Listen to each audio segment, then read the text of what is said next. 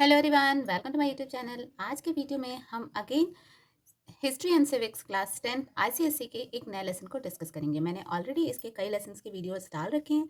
अगर आपने अभी तक नहीं देखा है तो मेरे चैनल पर जाकर वीडियो देख सकते हैं। साथ ही साथ अगर किसी पर्टिकुलर लेसन से रिलेटेड कोई डाउट है तो आप कमेंट में लिखिए, या आपको किसी पर्टिकुलर लेसन की वीडियो नहीं मिल रही तो आप कमेंट में लिखिए, मैं आपको पर्सनली वीडियो प्रोवाइड कर दूंगी। आज का जो हमारा लेसन है, लेसन 3, प्राइम मिनिस्टर। अब देखिए, basically council of ministers, council of ministers मतलब क्या होता है। अ, हमारा जो कंट्री है ना, ये एक कैसा कंट्री है, डेमोक्रेटिक कंट्री है। अभी डेमोक्रेटिक मतलब क्या होगा, to the people, for the people, by the people, मतलब सारी चीज़ें डेमोक्रेसी में यही कहा जाता है कि सब कुछ हमारे द्वारा, मतलब कॉमन पीपल के द्वारा ही, के थ्रू ही चीज़ें होती हैं। तो देखिए, इसमें बेसिकली हमारा जो लेसन है वो prime minister and council of members का है। तो प्राइम मिनिस्टर होता कौन है, या काउंसिल ऑफ मेंबर्स क्या होते हैं, इनका अपॉइंटमेंट कैसे होता है, इनको किस तरीके से इनको ये पोजीशन मिलती है, ये पोजीशन मिलने के बाद किस तरीके से ये अपनी वर्किंग करते हैं, क्या इनकी रूलिंग पावर होती है, क्या इनकी अथॉरिटी होती है, ये सारी चीज़ें ये लेसन में आपको कवर करना है। ठीक है, देखिए बेसिकली क्या है कि प्राइम मिनिस्टर्स होते क्या हैं।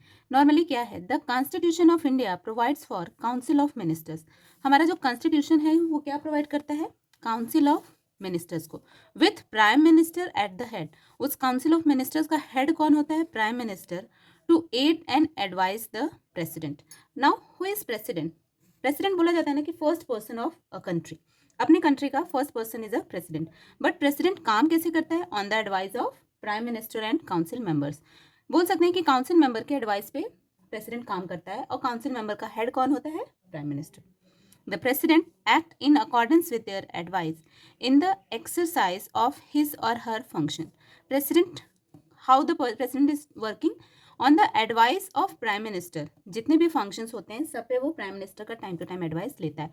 The president may require the council of minister to reconsider their advice, but she shall act in accordance with the advice tendered after such recommendation। मतलब समझ में आया।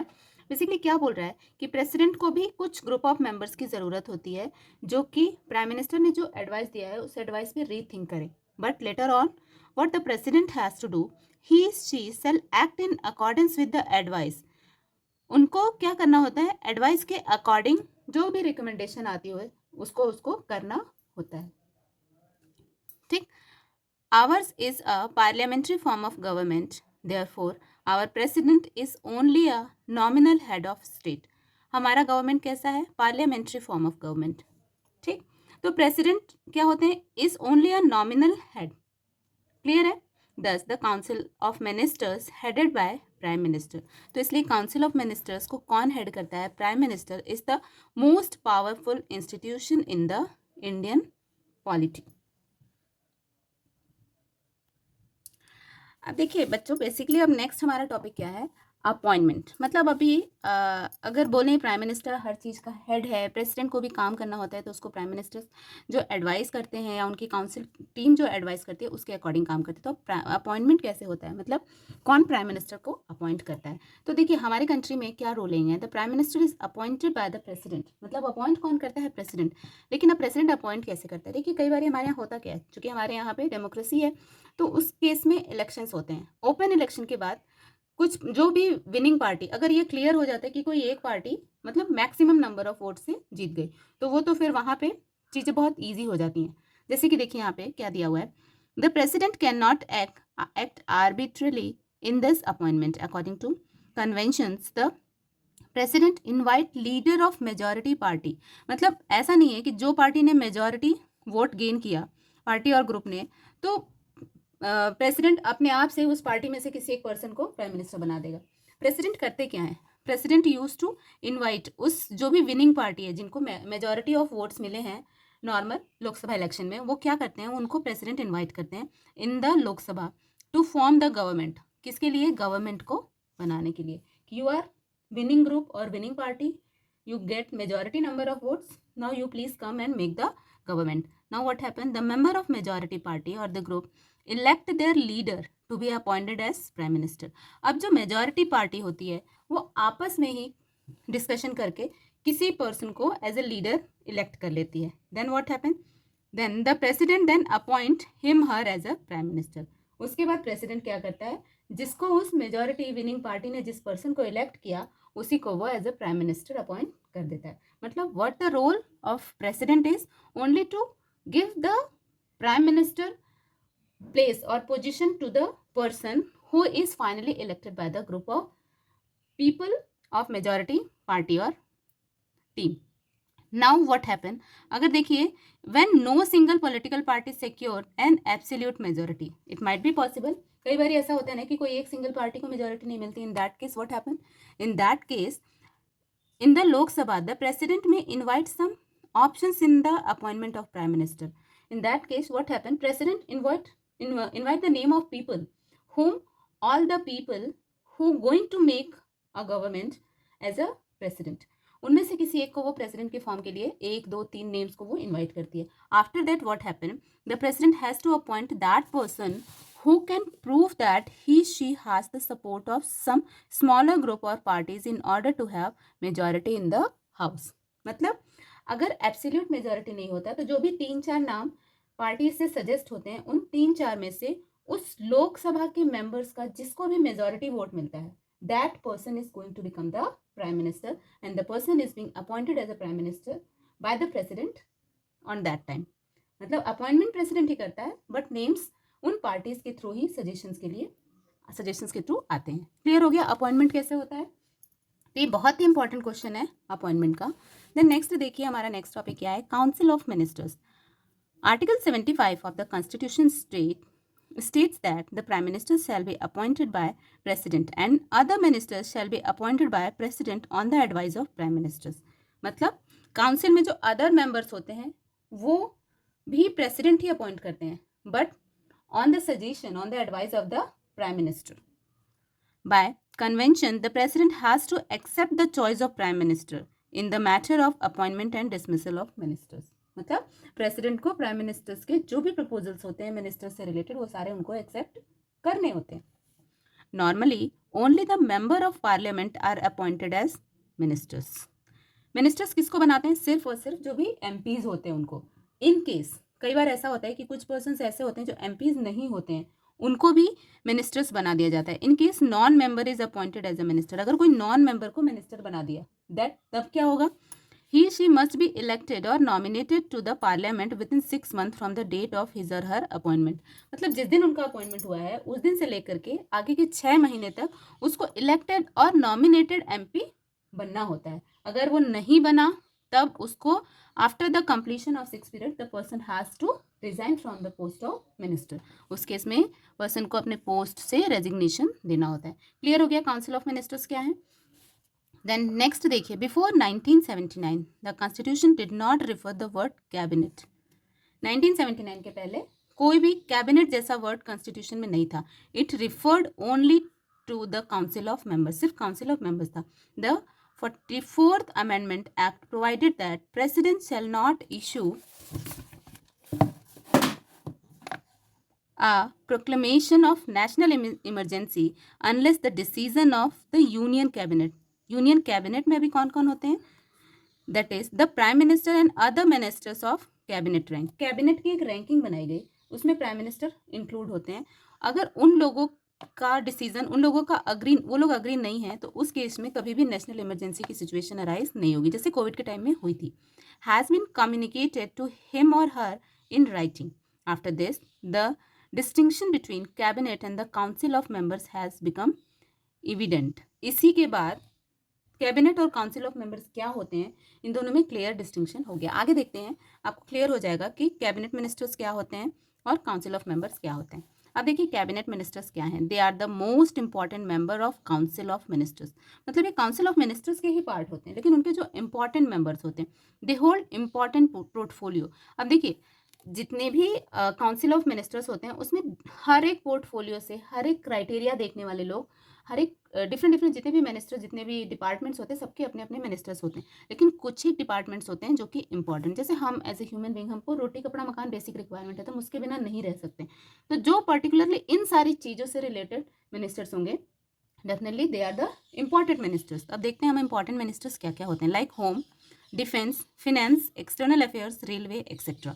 तो ये जो हो गए ये कौन हो गए, ये हो गए हमारे important ministers. A cabinet minister is in charge of ministry and some time of more than one ministry. एक कैबिनेट मिनिस्ट्री एक मिनिस्ट्री का इंचार्ज होता है, कई बार एक ही कैबिनेट मिनिस्टर को एक से ज़्यादा भी मिनिस्ट्री दे देते हैं।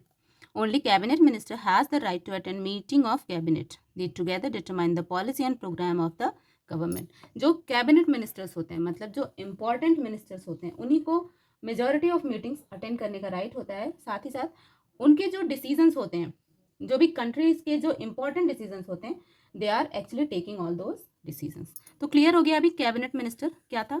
1979 के पहले हमारे कॉन्स्टिट्यूशन में कैबिनेट मिनिस्टर जैसा कोई टर्म नहीं था। आफ्टर दैट ये नया टर्म इंट्रोड्यूस हुआ। देन मिनिस्टर्स ऑफ स्टेट किसको बोलते हैं? They are the second category of ministers. ये क्या होते हैं? Second category of ministers. They may or may not hold an independent charge of any portfolio. किसी भी पोर्टफोलियो का इंडिपेंडेंट चार्ज वो नहीं लेते। The prime minister may or may not consult them. मतलब कुछ करने के पहले प्राइम मिनिस्टर कई बार पूछते, कई बार नहीं भी पूछते। They do not participate in the cabinet meeting but they may be invited to attend meeting when matter concerning their department are being considered. अगर उनके डिपार्टमेंट से रिलेटेड मैटर्स है तो उनको इन्वाइट किया जा सकता है, बट ऐसा नहीं है कि हर एक मीटिंग में मिनिस्टर्स ऑफ स्टेट को इन्वाइट किया जाए। Then deputy ministers, they are the third category of ministers who assist the cabinet minister। जो किसको असिस्ट करते हैं? कैबिनेट मिनिस्टर, मतलब जो टॉप पे थे। And council of ministers, they are junior ministers and are placed under senior ministers whom they have to assist। they take no part in cabinet deliberations. ये किसी भी तरीके के कैबिनेट के डेलिब्रेशंस में काम नहीं करते हैं। जैसे कि मान लीजिए होम मिनिस्टर है, तो होम मिनिस्टर के नीचे जो दूसरा मिनिस्टर होगा, हो सकता है कोई एक मिनिस्टर जो होम मिनिस्टर को असिस्ट कर रहा हो, तो वो जो है वो क्या कहलाएगा? डिप्यूटी मिनिस्टर कहलाएगा। और वो डिप्यूटी मिनिस्टर किसी भी तरीके के कैबिनेट या किसी भी तरीके के मेजर मीटिंग्स का पार्ट नहीं होगा, but the person knows everything and the person usually suggest more or less important thing to home minister, yeah, to the respective minister under whom the person is working। Clear है? Deputy minister क्या होता है? The council of ministers comprise the prime minister and the number of other ministers appointed by the president on the advice of prime. तो अब बात आती है कि काउंसिल ऑफ मिनिस्टर्स क्या होते हैं। काउंसिल ऑफ मिनिस्टर्स में प्राइम मिनिस्टर आते हैं और बाकी और भी कुछ मिनिस्टर्स आते हैं जो कि प्राइम मिनिस्टर के एडवाइस पे प्रेसिडेंट ही अपॉइंट करते हैं।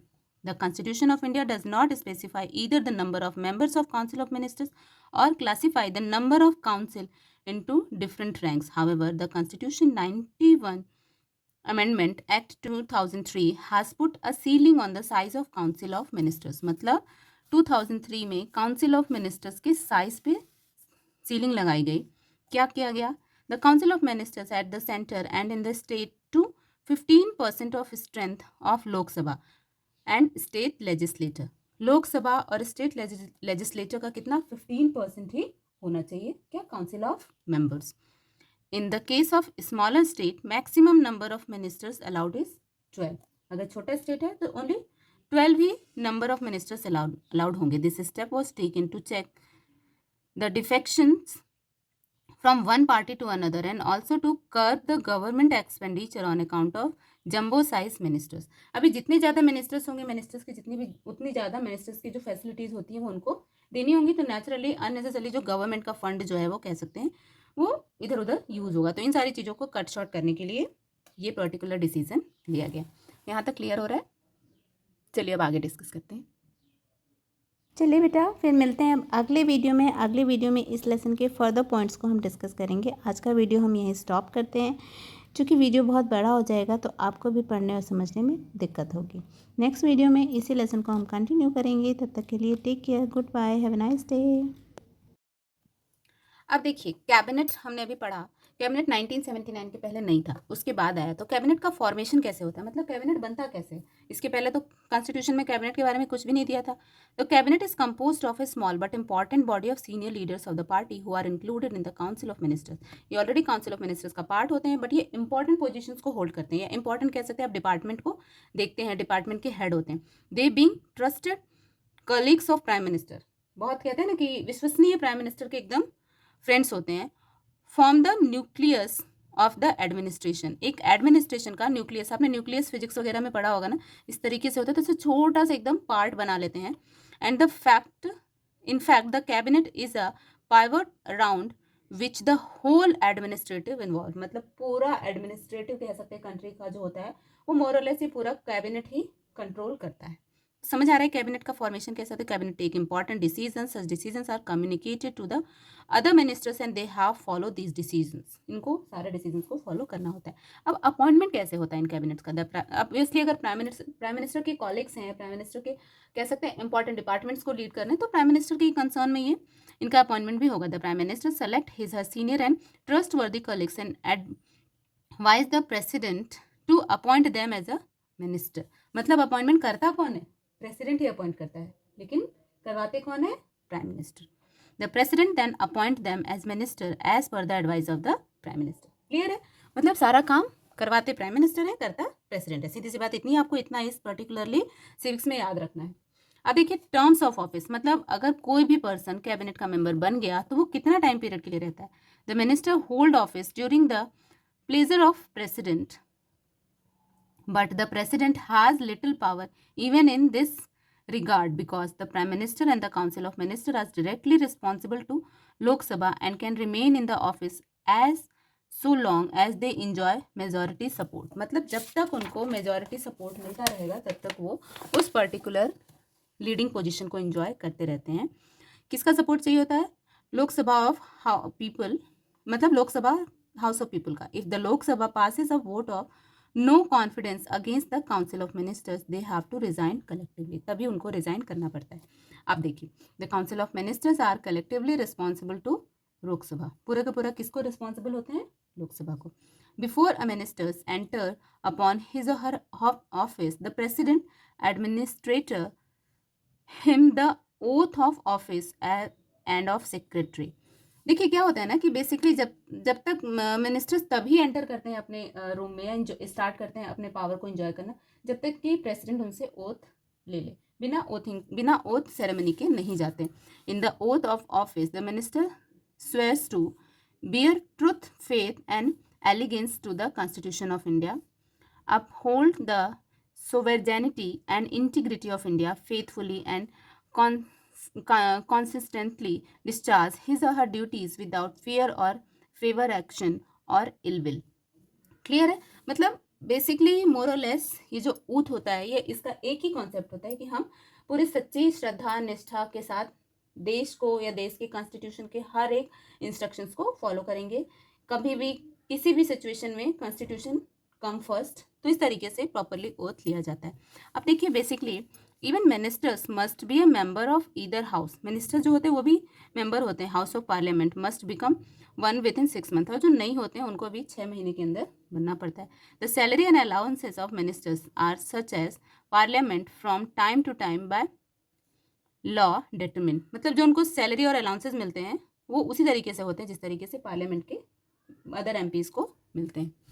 तो ठीक है, यहाँ तक क्लियर हो गया। अब नेक्स्ट हम देखते हैं power and function of cabinet. अब अभी तक तो हमने क्या डिस्कस कर लिया कि कैबिनेट जो होता है वो हेड होता है, कैबिनेट में सारे इंपॉर्टेंट मिनिस्टर्स होते हैं, हर एक चीज़ कैबिनेट के कह सकते हैं डिसीजंस पे ही डिपेंड करती है। तो अब क्या क्या पावर होंगे मोर और लेस अभी तक हमको क्लियर हो गया है, लेकिन पावर को हम कुछ कैटेगरीज में डिवाइड करेंगे। कैटेगरीज से मेरा कहने का मतलब है एडमिनिस्ट्रेटिव, लेजिस्लेटिव, फाइनेंशियल, इमरजेंसी, इस तरीके से पावर्स को बाइफरगेट किया है।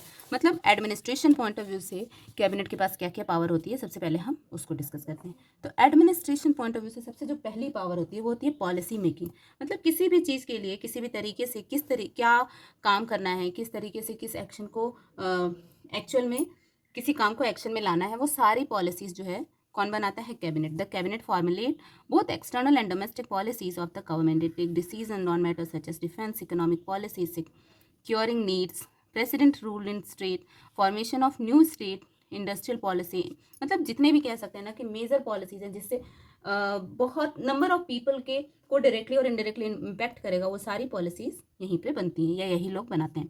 देन इम्प्लीमेंटेशन ऑफ पॉलिसी, सिर्फ पॉलिसी को बनाना इनका काम नहीं होता, उन पॉलिसी को इम्प्लीमेंट करवाना, लागू करवाना भी होता है। Once a policy decision is taken in the cabinet on any subject is conveyed the minister of state and deputy minister of the concerned ministry, they work out the detail and pass it properly, वो work out करते हैं और उसके बाद detail decision पास करते हैं अपने subordinates को, जिससे कि वो पर्टिकुलर जो भी पॉलिसी बनी है वो पॉलिसी जो है एक्चुअल में इम्प्लीमेंट हो जाए, जिस तरीके से बनी है और जिस तरीके से उसका इम्प्लीमेंटेशन होना चाहिए। इन सारी चीज़ों पे भी पर्टिकुलरली कैबिनेट कहीं ना कहीं डायरेक्टली और इनडायरेक्टली नज़र रखते हैं। Then coordinating the functioning of various ministers. अब देखिए डिफरेंट मिनिस्टर्स होते हैं जो हर एक डिपार्टमेंट को देखते हैं, डिफरेंट डिपार्टमेंट डिफरेंट सेक्शंस को देखते हैं, तो उनके बीच में कोऑर्डिनेशन भी बहुत इंपॉर्टेंट होता है। ये कोऑर्डिनेशन भी ये कैबिनेट मिनिस्टर्स ही करते हैं। The cabinet coordinate the working of various department, जिससे कि वो स्मूथ इम्प्लीमेंटेशन होती रहे गवर्नमेंट की पॉलिसीज़ का, जो भी पॉलिसी बनी है उसका स्मूथ इम्प्लीमेंटेशन होती रहे। जैसे आप सिंपल सा समझ लीजिए कि गवर्नमेंट ने कोई पॉलिसी बनाई कि हमको हर एक स्टेट में नंबर ऑफ प्राइमरी स्कूल्स बढ़ाने हैं। अब नंबर ऑफ प्राइमरी स्कूल्स बढ़ाने हैं तो इसका डायरेक्ट कनेक्शन तो हो गया एजुकेशन डिपार्टमेंट से, तो एजुकेशन मिनिस्टर इन्वॉल्व होंगे। बट स्कूल्स बनाने हैं तो ऑटोमेटिकली फिनेंस भी चाहिए होगा, तो फिनेंस डिपार्टमेंट भी वहाँ आ गया। अब स्कूल बनाने हैं, पैसे चाहिए, लेकिन कोई कंस्ट्रक्ट भी तो करेगा सारी चीज़ों को, तो इस तरीके से नेचुरली किसी एक काम को करने में नंबर ऑफ डिपार्टमेंट्स का इन्वॉल्वमेंट होता है। तो इस तरीके से जितने भी डिपार्टमेंट्स इन्वॉल्व होते हैं उन सारे डिपार्टमेंट्स में प्रॉपर कोऑर्डिनेशन भी एक कैबिनेट ही करते हैं, जिससे कि जो भी पॉलिसी बनी वो पॉलिसी स्मूथली इम्प्लीमेंट हो जाए। Then appointments, all major appointments do made by the president are decided upon the cabinet. मतलब जो भी मेजर अपॉइंटमेंट्स होते हैं करते तो प्रेसिडेंट है, लेकिन डिसाइड मतलब एडवाइस कौन करता है? एडवाइस तो प्राइम मिनिस्टर करते हैं। प्राइम मिनिस्टर करते हैं मतलब उनके कैबिनेट मेंबर्स करते हैं। Such appointments refers to the appointment of जज of supreme court, high court, governor of state, chief election commission and other dignities. इन सब के अपॉइंटमेंट के लिए कैबिनेट को वर्क करना पड़ता है। Cabinet chooses our ambassadors to other nation. Other nation के लिए हमारे एम्बेसडर्स भी होते हैं, जो उनको भी कौन चूज़ करते हैं? उनको भी हमारे कैबिनेट ही चूज़ करते हैं। तो ये तो हो गई हमारी एडमिनिस्ट्रेटिव पावर। इसमें हमने क्या क्या देखा? Policy making, policy implementation, coordination among different departments and appointment of various departmental heads, जो कि बहुत की रोल प्ले करते हैं हमारे कंट्री में। उनका भी अपॉइंटमेंट का मेजर डिसीजन जो होता है वो कैबिनेट करती है। And finally the appointment is done by the president of the country. अब नेक्स्ट हम देखते हैं लेजिस्लेटिव पावर क्या होती है। Legislative power, introduction of bills. जितने भी बिल्स होते हैं ना, उनका इंट्रोडक्शन भी हमारा कैबिनेट ही करता है। Cabinet and the department of administration take initiative in legislation. In fact the cabinet initiate almost 95% of bill. जितने भी बिल्स होते हैं नॉर्मली कैबिनेट इनिशिएट करता है। फिर उसके बाद the bills are given priority and preference over private bills. जितने भी प्राइवेट बिल्स होते हैं उन सब पे जो कैबिनेट के बिल्स होते हैं उनको प्रेफरेंस दिया जाता है। Information of these bills involve not only preparing the draft of the proposal but also presenting them before the parliament for approval. The cabinet explain the merits of the bill. मतलब जितने भी cabinet के members होते हैं उनको सिर्फ draft ही नहीं करना होता है, बिल को ड्राफ्ट करके पार्लियामेंट में प्रॉपरली उसको प्रेजेंट करने के बाद लोगों को उस पर्टिकुलर बिल से रिलेटेड मेरिट्स बताना, फ़ायदे बताना, जिससे कि वो बिल एक्चुअल में एक्शन में आ सके। तो सबसे पहले लेजिस्लेटिव पावर क्या हो गया हमारा? बिल्स का introduction. Then source of information, the ministers along with secretaries of the concern department answer the question put to them by the member of Lok Sabha and thus provide information to the public through their representatives। किसके through information provide करते हैं? अपने representative के through various department से related, various चीज़ों से related important information भी आगे को प्रोवाइड करते हैं। Then next, amendment of the constitution. अभी हमने देखा कि 1979 के पहले हमारा कैबिनेट नहीं था, उसके बाद कैबिनेट आया। तो कैबिनेट कैसे आया? 44th अमेंडमेंट हुआ हमारे कॉन्स्टिट्यूशन में, क्योंकि हमारे कॉन्स्टिट्यूशन में ही कैबिनेट टर्म नहीं यूज था। तो ये क्या है? This is amendment. तो अमेंडमेंट कौन करता है? ये कैबिनेट ही क्या करते हैं? दे यूज टू प्लान कि ये सारी चीज़ें करनी है क्योंकि अभी करंट की रिक्वायरमेंट ये है, और प्लान करके उस अमेंडमेंट को पार्लियामेंट में प्रेजेंट करते हैं। Then summoning the House of Parliament. Although the House are summoned by the President, initiative in the matter is taken by the Ministers of Parliamentary Affairs. Then next हमारा क्या है? President Special Address. The Cabinet prepares the President Special Address to the Parliament. The Cabinet thus set forth its legislative program at the commencement of the first session of Lok Sabha after each general election and at the commencement of the first session of Parliament each year. हर साल के पहले session का parliament जो है ये initiate करते हैं। साथ ही साथ जब इलेक्शन को विन करके मेजॉरिटी वोट के साथ आते हैं तो उसके बाद भी सेशन स्टार्टिंग करते हैं। Then issuing ordinance. Cabinet also advised the president to issue ordinance when the parliament is not in session, जब पार्लियामेंट सेशन में नहीं होता है उस समय जो ये कैबिनेट्स होते हैं यही इशू करते हैं ऑर्डिनेंस को। अब नेक्स्ट हम देखते हैं फाइनेंशियल पावर कैबिनेट के पास क्या क्या होती है। बजट बनाने की पावर होती है जो सबसे इंपॉर्टेंट है। हमारे पूरे कंट्री का इनकम और एक्सपेंडिचर का प्लान कौन करता है, तो हमारे ये प्रेसिडेंट कैबिनेट ही करते हैं। The finance minister prepare the annual budget containing estimates of income and expenditure for the ensuing year. Though the budget is passed by parliament, usually no change are made in the budget figure against the wish of the cabinet. Cabinet के wish पे कोई changes नहीं किए जाते हैं, लेकिन any amendment to the budget proposal against the wish of cabinet that may be passed by Lok Sabha amount to a vote of no confidence in the minister. It happens only when the minister has lost the support of the majority in the Lok Sabha. In such a situation, the minister must resign. तो इस case में minister को क्या करना होता है, resign करना होता है।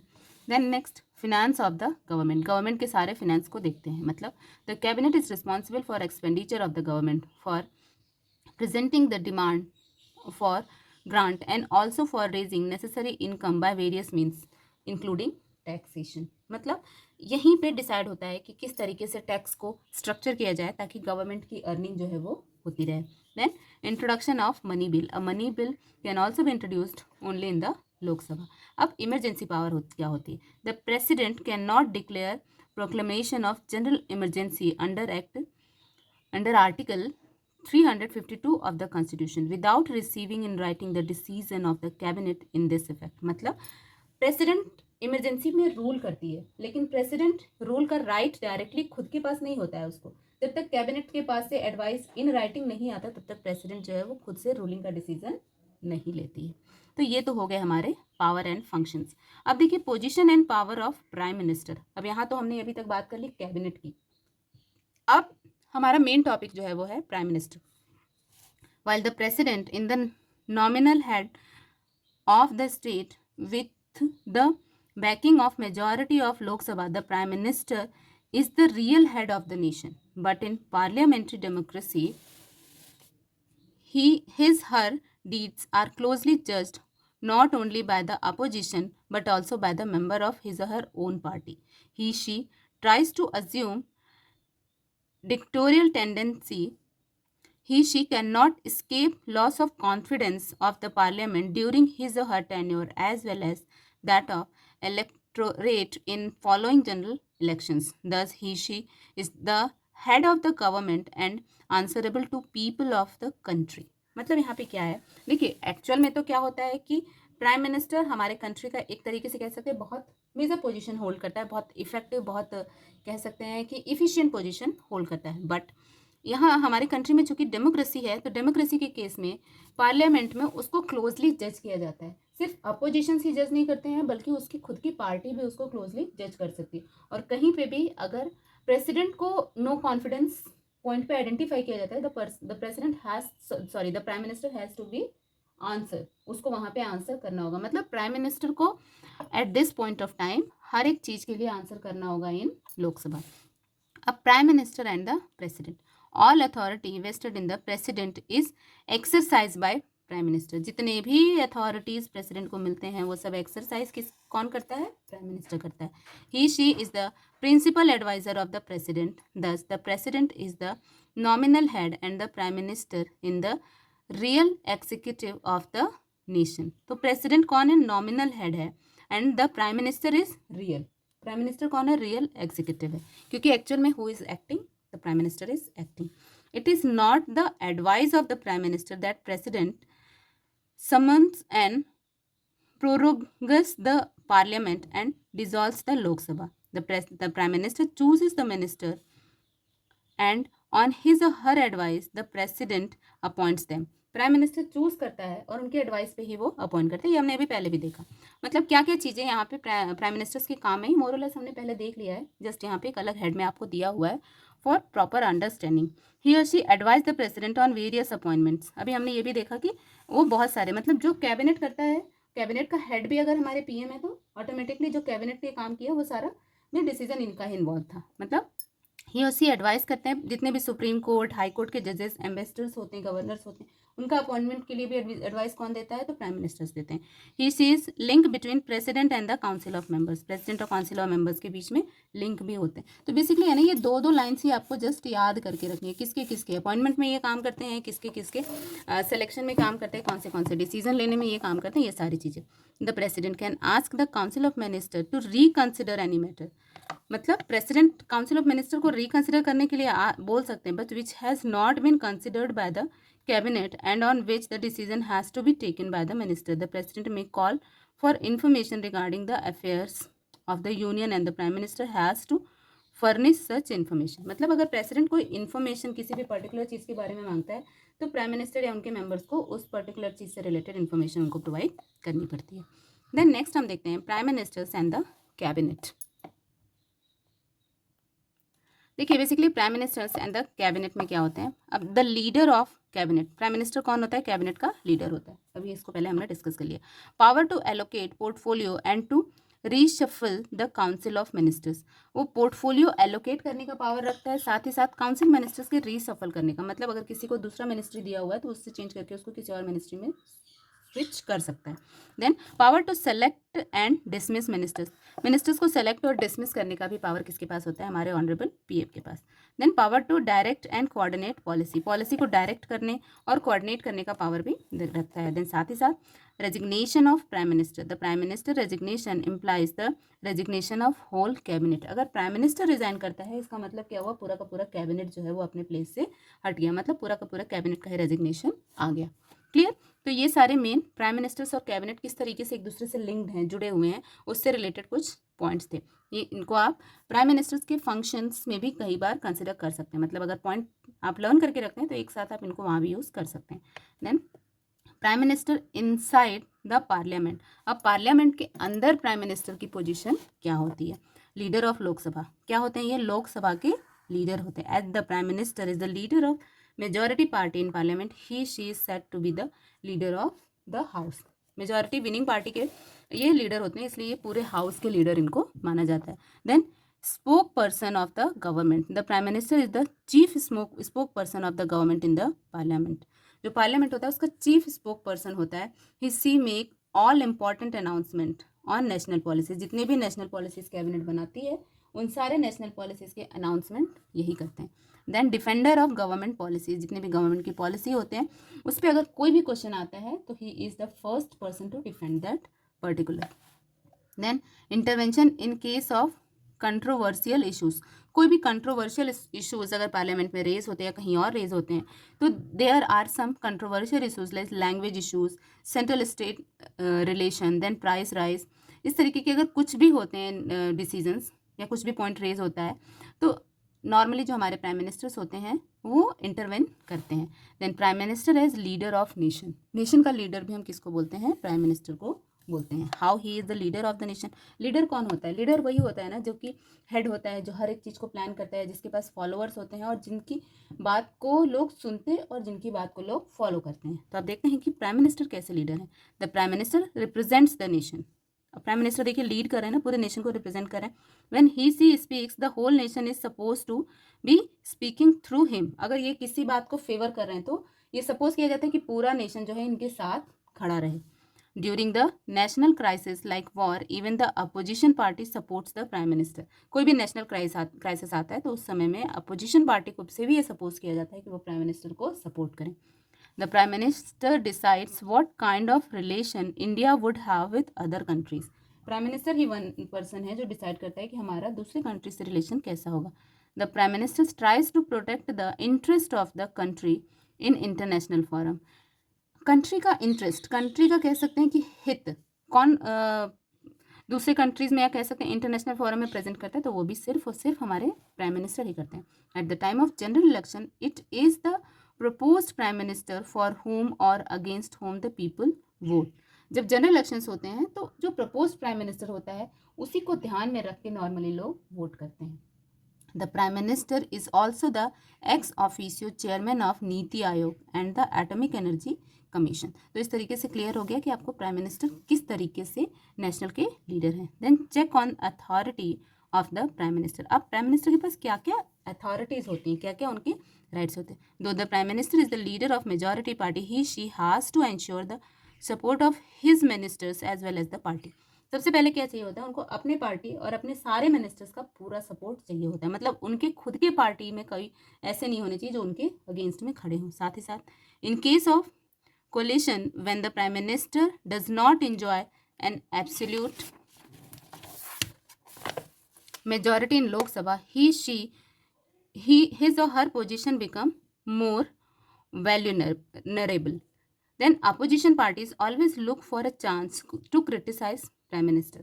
ठीक है, लोकसभा में या कह सकते हैं पार्लियामेंट में कभी हमेशा ऐसा होता है कि normally opposition party prime ministers के चीज़ों को आइडेंटिफाई करती है कि किसकी जगह पे वो मिस्टेक कर रहे हैं।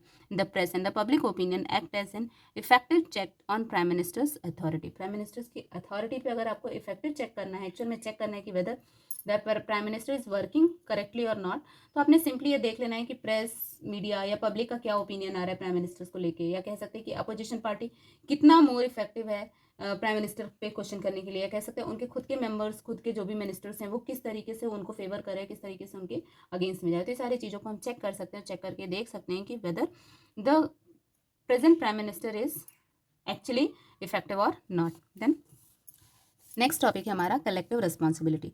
Under article 17(3) of the constitution, the council of ministers shall be collectively responsible to the house of people. मतलब क्या है कि काउंसिल ऑफ मेंबर्स किसके लिए रिस्पॉन्सिबल होते हैं, to the house of people. House of people मतलब क्या होता है, Lok Sabha. The principle of collective responsibility implies, अब कलेक्टिव रिस्पॉन्सिबिलिटीज का मतलब ग्रुप ऑफ रिस्पॉन्सिबिलिटी, मतलब साथ में सारी चीज़ों को करना, that is known as collective responsibility. The decision taken in the meeting of the cabinet are equally applicable to all ministers even though they may differ among themselves or the particular policy। मतलब अगर किसी एक policy में दो ministers का view point अलग अलग था, लेकिन उस सारी चीज़ों को किनारे करके अगर कोई डिसीजन ले गया तो all the ministers has to accept that decision.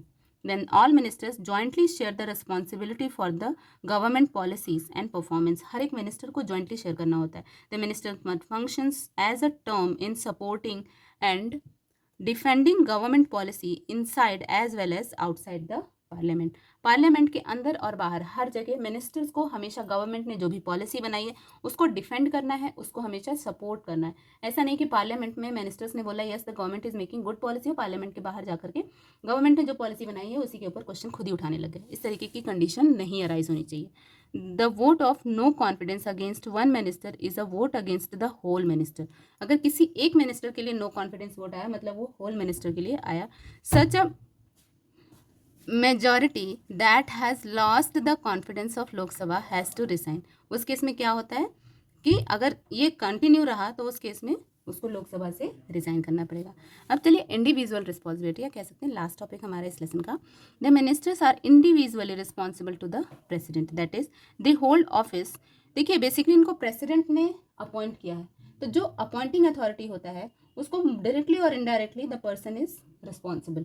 तो उस केस में दे hold office during the pleasure of president and may be dismissed by him her of course on the advice of prime minister even when they may have the confidence of the legislature। each member is answerable to parliament for the department under his or her control। हर एक member को जो भी department दिया गया है उससे related अगर कोई भी क्वेरी आती है, कोई भी क्वेश्चन होता है तो उसको आंसर करना होगा। It is obligatory for him or her to answer all the questions asked by MPs regarding the functioning of his or her department. अगर उनके डिपार्टमेंट से रिलेटेड किसी भी तरीके का क्वेश्चन आता है तो उनको आंसर करना होगा। Every minister is responsible for matters such as personal lapse, departure from office policy by him or by his or her department, then breach of oath of secretary, so on। There are many occasions where the ministers has owned the responsibility for the mistakes or shortcomings of the department under him or her and resigned from his or her post। उस case में अगर कहीं भी उनको problem मिलती है उनके काम में, वो अपनी जो भी उनको वर्क असाइन किया गया था उसको अकॉर्डिंगली नहीं कर पाते हैं तो he can resign from his post. तो ये हमारा लेसन खत्म हो गया प्राइम मिनिस्टर एंड उनके काउंसिल मेंबर्स का। देखिए इसमें 2-3 चीज़ें इंपॉर्टेंट हैं जो एक्चुअल में आपको लर्न करने वाली हैं। प्राइम मिनिस्टर्स का अपॉइंटमेंट, काउंसिल मिनिस्टर्स के अपॉइंटमेंट, फिर काउंसिल मिनिस्टर्स में कौन कौन आते हैं। काउंसिल मिनिस्टर्स को बेसिकली हम 3 पार्ट में डिवाइड करते हैं, cabinet minister, minister of states and deputy ministers. फिर अब कैबिनेट मिनिस्टर्स का अपॉइंटमेंट और कॉन्स्टिट्यूशन क्या होता है, then power and functions cabinet ministers के, then same power and function of prime minister. Prime minister को अगर अपने को चेक करना है कि प्राइम मिनिस्टर एक्चुअल में acting as a leader or not, तो ये क्वेश्चन आ सकता है। देन क्वेश्चन आ सकता है कि प्राइम मिनिस्टर किस तरीके से एज अ लीडर एक्ट करते हैं हमारी कंट्री में। तो इस तरीके के क्वेश्चंस आपके इस लेसन से आते हैं। मेरा आपको सजेशन ये रहेगा कि आप इस लेसन की वीडियो देखने के बाद इन एमसीक्यूज को करने की कोशिश करिए। इससे आपको क्लियर होगा तुरंत की तुरंत कि आपको कितनी चीज़ें समझ में आई या किस पॉइंट पे आपको डाउट आ रहा है। तो चलिए आप वीडियो को यहीं पॉज करते हैं, मिलते हैं अगले वीडियो में। तब तक के लिए take care, good bye, have a nice day.